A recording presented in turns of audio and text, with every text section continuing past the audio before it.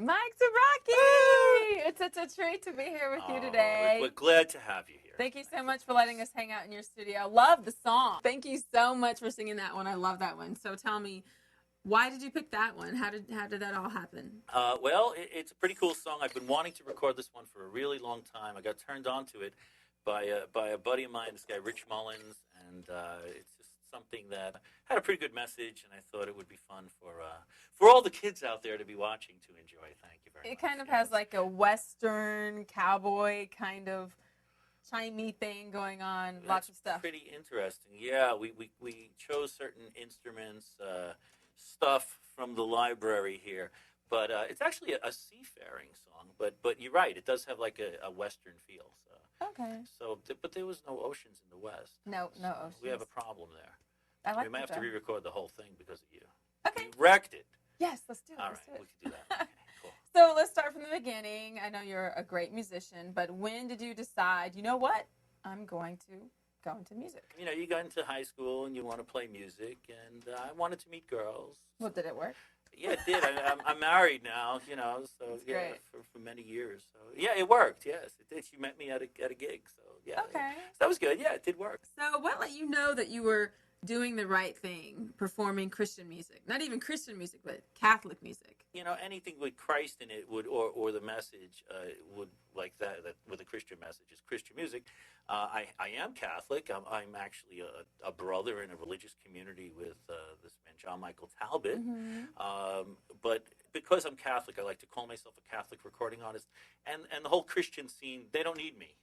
They don't want me. They don't need me. You know, that's they call it CCM. Everyone loves you. Yeah, but you know, the word Protestant does come from the word protest. So what are some of your opinions about Christian music compared to Catholic music? You know, I meet a lot of people out there that are really good musicians, and you know, sometimes people say, "Oh, God told me to record an album." Well, I never heard God say anything to me. Okay, maybe He told me to cut it out once in a while, but I never heard Him say anything like that. You know, the reason how you know what God's will is for your life is if people tell you you're good at something, you should probably check into it, but don't be like that American Idol artist who everybody has said, "Ooh, you're so good," and it's their relatives that are telling them. You know, you want people that you could trust, meaning strangers, you know, and people in the industry. You can't, you know, you can't trust your feelings.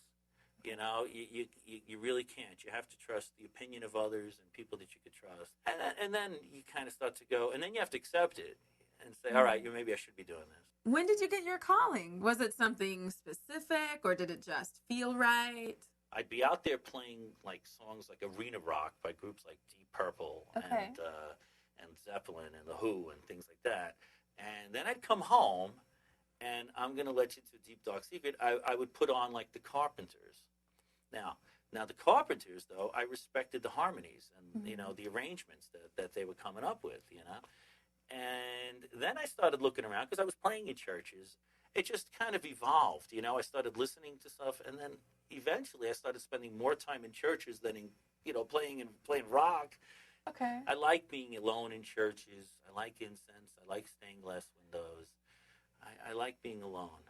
So could you all get out of my house? No, you know, I like being alone, and I kind of just started with meditating on different things and being alone with God. I always felt close to God. Even at night, as a boy, looking up at the stars, I knew there was somebody out there bigger than me. Like there could be somebody bigger than me. Okay, never. Yes, Never.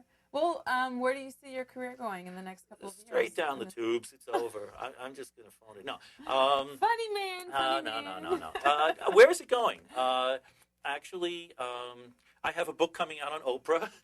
No, I'm sorry. No, what I have is the next project I have is one of my larger projects. It's a little more difficult. We're going to use all these toys here, okay, and probably a lot of acoustic stuff. It's called The Lord of the Circling Years, and it's trying to tie in some pretty deep themes like time and eternity. Like God exists in eternity, we exist in time, and we see God in creation. So you'll see tie-ins between the seasons and time, eternity, the changes. It's lots of deep stuff. So I'm going off the deep end with this one, but it should be good. Yeah. Yeah. Well, you're always working on stuff. That's Yeah. why we were really excited about coming today. Oh, we were thrilled. Yeah, this was great. It was such a nice surprise to have you guys here. Well, thank you No, for letting thank us you. come by. Anytime. Why don't you come back next time? Definitely, we will. If you want to learn more about him, make sure you check out the website. And as always, we will be bringing you the best in Christian music videos. And we'll see you next time right here on IcthusEQ.